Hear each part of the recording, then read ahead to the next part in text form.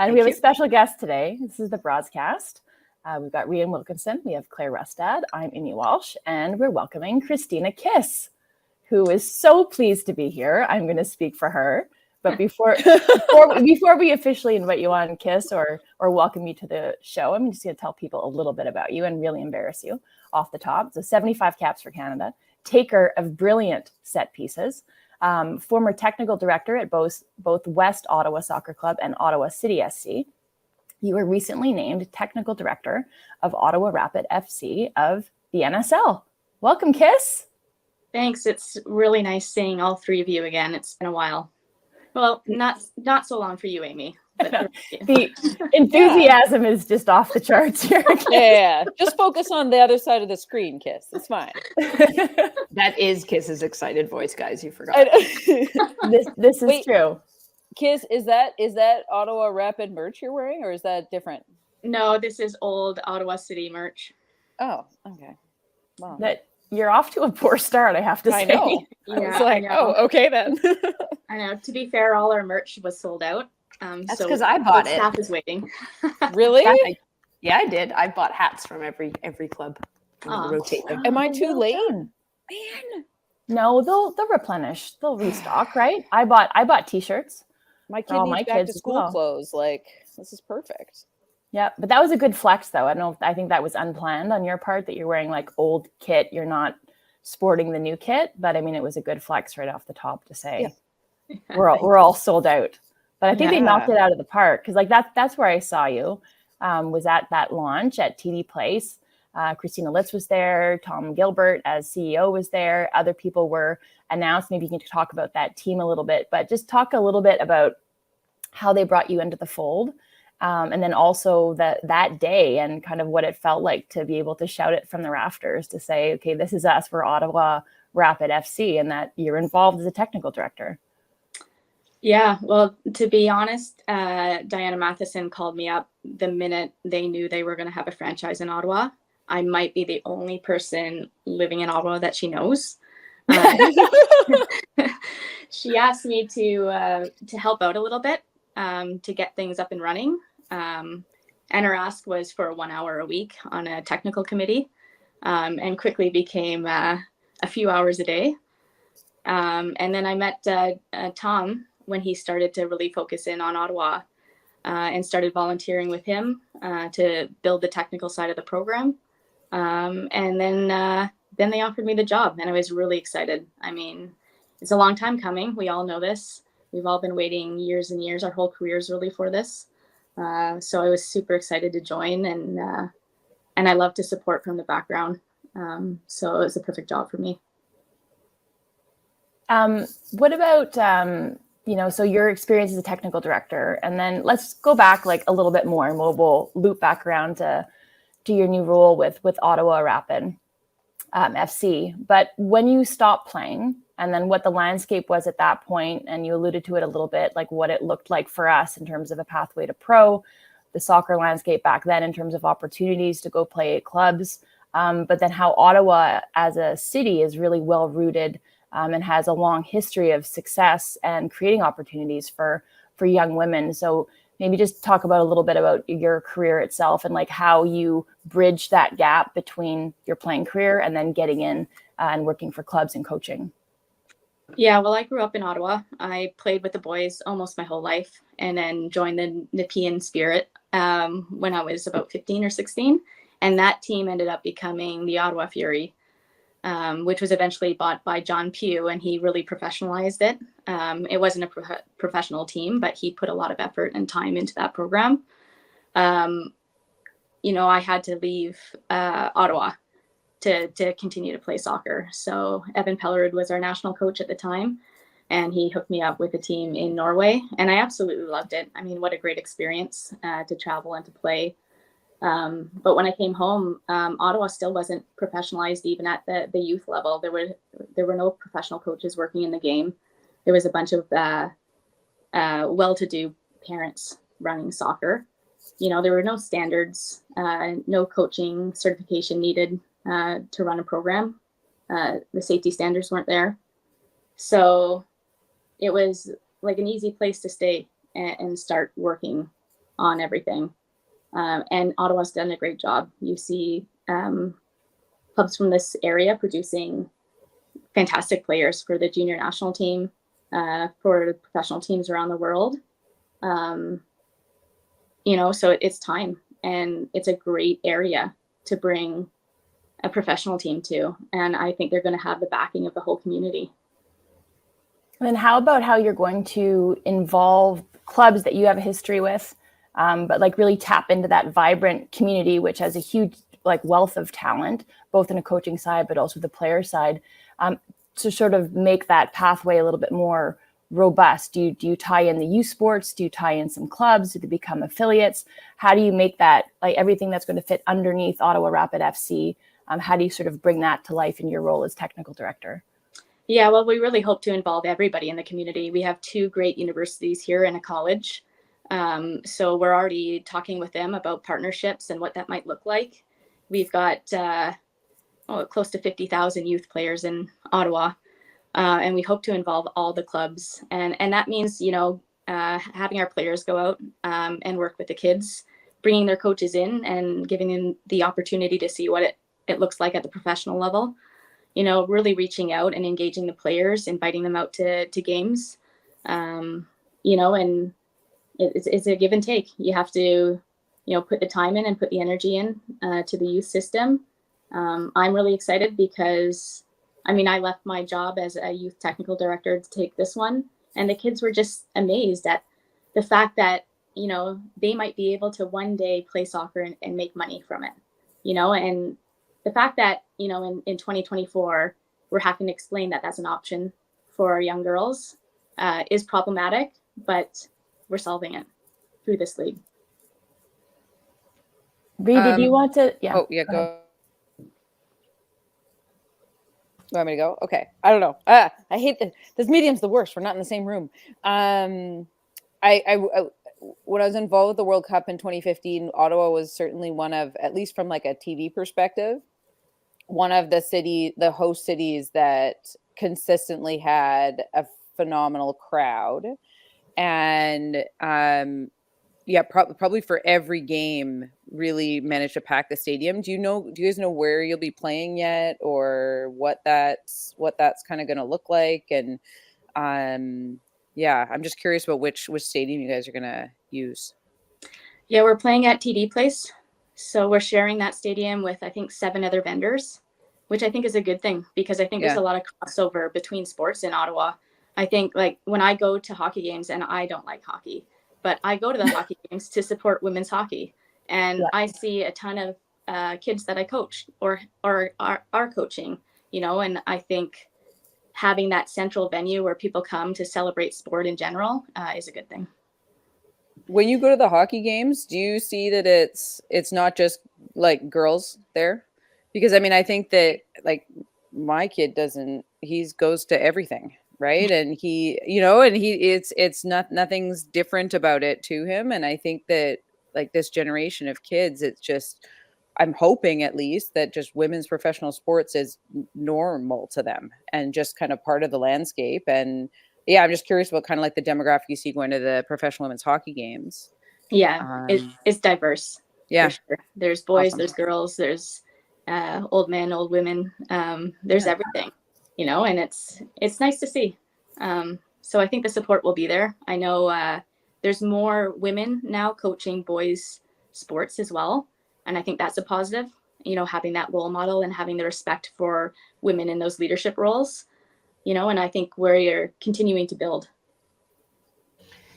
Yeah, I think the beautiful thing about Ottawa, and what I'm really excited about, it's a sports city. It's a small city, but it's right in between our biggest populations. And so when I think about the league and what's about to sort of explode, it's such a perfect location. And I'm someone who benefited so hugely from Ottawa in that I had to play somewhere. Evan didn't give us a choice, and which was the right thing. To professionalize soccer, you had to play. And I was like, this is my off season between universities, and he wouldn't have it. And so I went to the Fury, and I didn't want to go. I wanted to stay home. And not that it was very far from Montreal, but it was probably the seminal moment of my career. And that's where, you know, so many players out east went. There was later Toronto team, but it really was where a lot of the talent came together. And I fell in love with that city. I'm so excited for it to show and highlight itself. It's almost played second fiddle for so long. And I was quoted in an article calling it like an overflow city from Toronto and Montreal. I didn't mean it exactly like that, but it does sit between these massive populations. And in itself, it produces, I was a former youth national team coach, how many players Ottawa produces is incredible. But just where it's located, how special a city it is, I'm really, really excited for the franchise and for what they're going to do right from the start, especially with the partnerships with the university. So bravo for that. I think it's fantastic. Did you get any pushback, Rian, from that for calling Ottawa an overflow city? I'm just going to call it out before anyone gives me pushback. That's not exactly what I meant. No, I haven't, but I read it. I was like, oof, that's not Ottawa natives are not going to love that. Is it the kind of pushback that Kiss gave you when she wanted to trade you away as a roommate with the national team? Oh, come on. She didn't. It wasn't subtle. She just traded me. But that is how Diana and I became roommates. Kiss and Silvana Bertini had been split up with the mute Diana Matheson and the annoying Rian Wilkinson. So we were traded. The Kiss Bertini roommate combo was legendary, man. Well, I didn't know that. I had just joined the team. But anyway, it was a soft it wasn't like harshly done. Oh, Silvana was a bit harsh, actually. There was nothing soft or subtle about Silvana. And then Claire, you called it legendary. You guys were intimidating as all hell, Kiss. Totally legendary. You and Silvana together. I think it was like a defense mechanism, because back then I was young when I joined the team, and I was so intimidated, and there was really no one there on my first trip. And by my second trip, Silvana had come back in, I think out of an injury. And I just felt like protected by her. Yeah. And I was almost desperate to hold on to her, just because it's such an intimidating environment to go into, especially back then. It might be different now. But no one was going to break us up. So it really wasn't personal, Rian. It was me trying to protect myself. You use Silvana as a human shield. Kiss. You are like a champion judo master. Yeah, you're the one who was flipping people. Silvana intimidated through looks. You had action. Yeah, God, I wouldn't have crossed Kiss. No chance. What level were you in judo? You were a Canadian champion. Yes. Right. Yeah. What belt color? I was a brown belt when I quit. Loser. I think that's high. As far as I know, I think that's high. Yeah, it is high. So like kids be like, oh, I was so intimidated. Now it was intimidating. I'm saying I was not happy my first few camps. Hello. Hey, Milo. The token Milo appearance. It was a rough introduction to national team, but Kiss at least had the martial arts to back it up. Oh, look at us now, Rian. I'm hiding in Wales. Is that Moby Dick? Oh no, the country. Sorry. You're not. I mean, I'm not even. No, but to loop back to what you were saying, Rian, about not only the amount of players, but like tapping into that talent that's Ottawa specific, but also that there's two teams from NSL that are going to be from Ontario. And then I think Quebec, there's one franchise in Montreal, but I think, again, given the sheer amount of players that play there, but also the talent pool at their disposal in that province, I think Quebec City could easily be another location in due time. You know, hopefully this league will be sustainable. It will grow when we get there. I think that'll be great because it'll stoke that rivalry. And actually, speaking of rivalries, I wanted to talk about the badge kiss and your impressions of that. But then Vancouver unveiled theirs.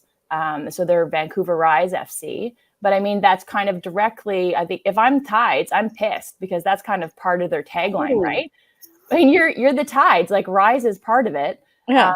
So do you think, Kiss, that Ottawa instantly will have a rivalry with AFC Toronto, and then will that be something that you'll try to foster? Or is that, I mean, it's going to be hand in hand with the growth, but that'll be good for the league, I think, to have that built-in rivalry. Yeah, I mean, Ottawa's always had a rivalry with Ottawa. We always say that or with Toronto. We always say that like everything's so Toronto centric, Yeah. you know, and we complain about it all the time, like being, you know, second place to Toronto. So yeah, I think there'll be a natural rivalry there. You know, we'll be, I think, competitive with everybody. I mean, speaking about logos, I think ours is the best. It is good. Oh, It is good. You Yeah. can't be like, ours is average. Like, Well, No, and but objectively, it is good. Like, Yeah. I agree. it is good. yeah, and like just unique colors for our area. We have a lot of red, black, and white in Ottawa for our sports teams, and Mhm. just really excited to get things started. I mean, we're all working really well together to make the league a success. But you know, once the games start, it should be interesting to see the dynamics and, you know, who's really competing with who. But yeah, Toronto's a big one for us. You know, we don't want to be second fiddle. We don't want to be the overflow. Yeah. So, I did read that, Rian, and I almost reached out to you. I think I got distracted with something. Oh, I'm glad. I Judo think you should chop. refocus. Yeah, refocus, Kiss, and then give Rian a firm judo chop next time you see her. Yeah. Just something. It's slightly overflow like, but all I'll say is, as a Montrealer, the biggest talent loss in Canada for me comes through Quebec, and I've always understood that if you are French speaking and the pathway funnels you directly to US schools, Yeah. right? Like U Sport is not producing, right? We had two, I think we had Desiree and Kaylin Kyle come through U Sport. I'm not sure anyone else has since, which is a great reason why we need this league. But I'm saying all these Quebec players that we've lost who are so talented, that I grew up with, that Amy grew up with, that we've lost. And then I think, again, of Ottawa, there's this, yes, we've got a Montreal team. We definitely need a Quebec City team, but this blend of our official languages is also something that, if I've traveled the world, we all have. It's what people know about Quebec. It's the dual language. It's the picturesque beauty of our capital. It's the sports mad place that Ottawa is, but it's also the connectivity to nature, which is so quickly reached outside of the city. So I am a huge fan of that.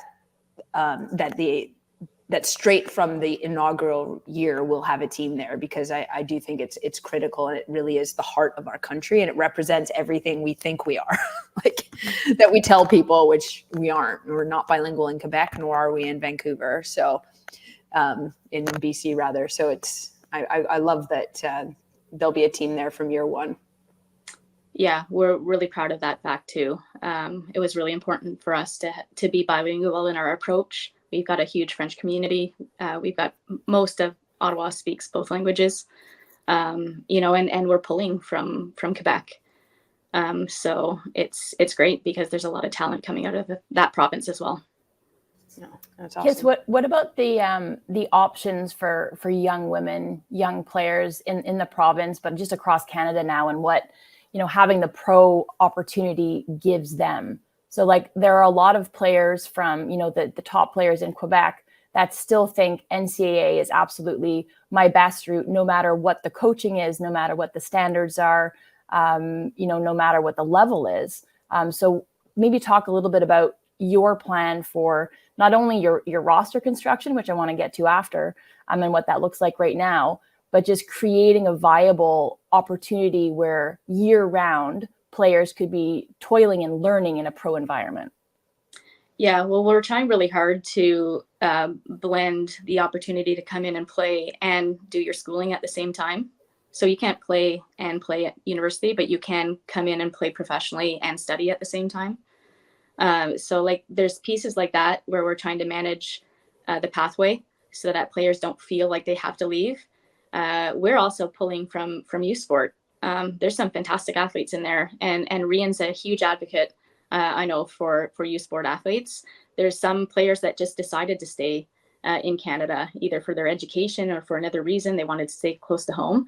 You know, and there's a huge pool of players that could come from that pathway as well. So I think we'll redefine the pathways, you know, as this league builds up. Yeah, I love it. Like, it's an interesting thing how when you have a league in a country how foreigners are viewed. So Canadians have historically had huge issues in the NWSL just being almost marketable. It's easier to market a player from Brazil. It's easier to market someone from outside. And so Canada has had a double whammy because not only do you have to leave your country, but you're actually not actually valued in the country next door. There's nowhere to go.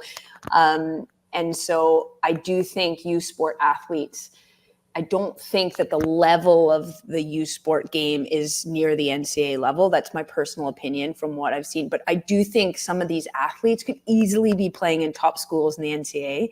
And this is what the league is about. And it will take a few years to get going, but the opportunity is going to provide Canadians who have just been locked out of our game for so long makes me so happy. What do you think about that, Claire? I mean, we've all had the same barriers. Yeah. I mean, I had the small town barrier too my whole life, right? So, I mean, I was very fortunate to have one parent with a flexible work schedule, so we were able to drive. But I mean, I was on the ferries like 4 days a week as a kid, trying to get to a city big enough to have a team good enough to play for. And I think all of these places all of these teams have to be obviously in major centers, but like the outreach into smaller towns, you talked about like the big wasted talent in Quebec. I mean, it's not even just that, it's the big wasted rural talent. Like there's kids in small towns all over the country who it's financially impossible for them. There's a huge time factor for traveling. I think we had one girl who played for our provincial team when I was younger who came down from Prince George. I mean, it's huge. And unless they're, and they're driving too, right? Like you could fly and make it quicker, but that's really expensive. So there's a financial barrier to getting some of the, that kind of rural outreach happening. But yeah, when you talk about the university sports thing, Rian, I mean, I always wondered why our university sports aren't at the level of the NCAA. Like, why not? Our universities are academically excellent. So it's, from an academic standpoint, kids why wouldn't you want to go to a Canadian university? But why isn't that level there? It seems like just sort of an underutilized resource for that age group. And I know that there was scholarship stuff, right? At one point, like I think that in the States they would just pay for everything, but in Canada they wouldn't. I think that was one of the barriers. But yeah, it just seems like a very underutilized resource. And you're right, like the only path for us back then was to get a scholarship. That was the only path. And then once you were done, that was it. There was nothing beyond that, unless you'd crack the national team by the age of 20. Which completely ignores the fact that not everybody develops at the same rate, right? You think about players like, Chloe Lacasse as one of kind of the now almost more senior players on the national team, but just players who just don't develop and aren't superstars at 19, right? Like there's a huge variation in terms of how players mature. So she was a good player. She had nowhere to play. She had to use her passport to go abroad. Like she was killing it in Portugal for years before. But she's one of those players, right? Is like there's no what's the plan in that gap, right? If you haven't broken the ceiling and made it onto the national team radar, like there's a gap. And so I'm just glad that Canada's trying to fill it now. It's great. And sometimes gap, Amy, you're welcome. Yeah, I'm not going to fill it.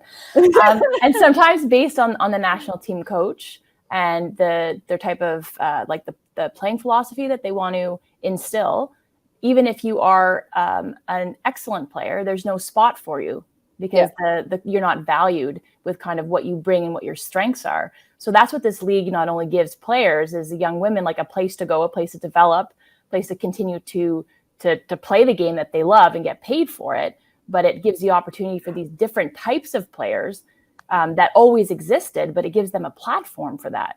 So Kiss, is that part of, your vision in Ottawa to give a platform to those types of players or players that come to mind when you think of Ottawa and Ottawa's brand of football?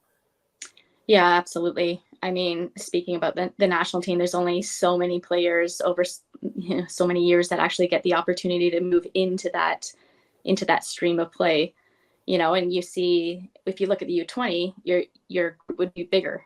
Your player pool size would be bigger, than U17, even bigger. So like, it's all these players that are excellent players who might not feature on your national team, but are definitely at the professional level. So giving them the opportunity to play and showcase their abilities is definitely one of our goals.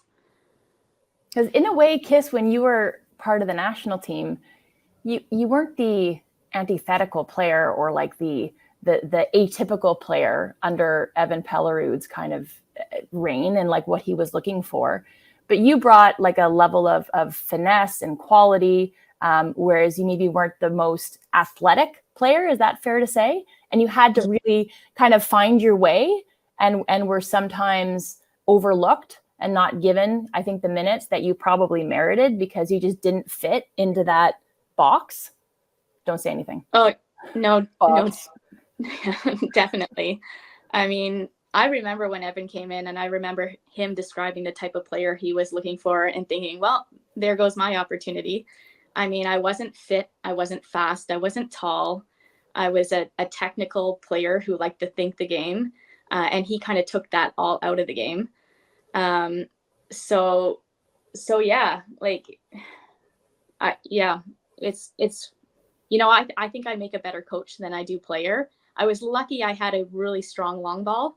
Otherwise I would have never featured on that team. And I probably wouldn't have the career I have right now. I mean, I was able to build a second career off my playing career, because by chance, Evan took me,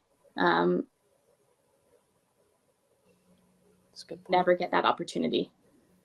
So yeah, absolutely. Like it's for players like me or players that are complete opposite of me. There's some fantastic athletes that maybe started developing their technique late. I think we've lost Kiss. Yeah, I gonna there's something. So at one point when I was working with Canada Soccer, I was the 15s, 17s, and 20s coach and the assistant on the seniors, and that was because lack of personnel. But that's one person's opinion, and I have a type of player, and my heart broke. And I remember, like, that wasn't all exactly the same time, but I was thought, how many players do I just not appreciate? Like, that's not the kind of coach I am. And there's no way. That's why you need all different types of coaches. And this is exactly what Kiss is talking about. If we think of the league and all the benefits, one of the biggest is what it's going to do for the national team. Think of all the different types of players and different DNAs in each of these teams under these different coaches that are going to be developed and giving opportunity. So someone could be from Toronto, but actually the style of play fits more with a Halifax. Mm-hmm. Or, and there's more opportunity for them to find the right place for them to develop, not just the local team, but the right team. And I know when we've been developing this concept of this league, a big part of it has been club DNA. The coaches will come and go, but who do you want to be as a club and how do you want to play? And making that really clear from the start, because players will come to that, will gravitate towards that. And, that's the type of play that Evan had was very effective. And for that time, it brought Canada right up to where top 10, right? And that it required a certain type of player. It had to. It wasn't always fun or pretty, but it was effective. And, fourth at a World Cup playing that style. I've played teams now, like everyone's trying to play like tiki-taka now, whatever the hell the new phase is, or the new fun way of playing. And then you play a team again who just goes direct like that. It's very effective. Yeah. And so it's the game. Like, there's certain players that are still built to play that type of play. There should always be a variation of teams and styles of play. That's why we like it. If it was all the same, it wouldn't be fun. It wouldn't be exciting. And that's one of the best parts of this league for me, is I'm really excited to see how each team develops their own type of play. And that'll be important for the league. We want it to be distinct. That's going to be a highlight for me. I keep laughing with ownership that Ottawa is going to be a bunch of 5'4" midfielders. Not 5'10" kids with Norwegian last names. That's what you're doing for your recruiting. You're just going out and like finding players cut in the Kristina Kiss cloth. I like my small technical players and Good. Yeah. Good. Yeah. But like to that end, Kiss, we talked about TD Place as being your venue for Ottawa Rapid FC. Will you guys have a training facility as well?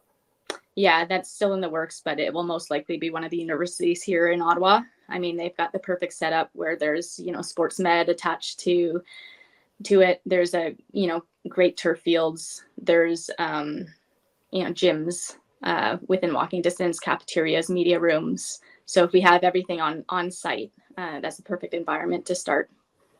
And when we had, go ahead, Ree. I was going to say Ottawa Fury, we used to live sort of by the market, and then we trained and we were at the gym at Ottawa U, and then we played at Carleton.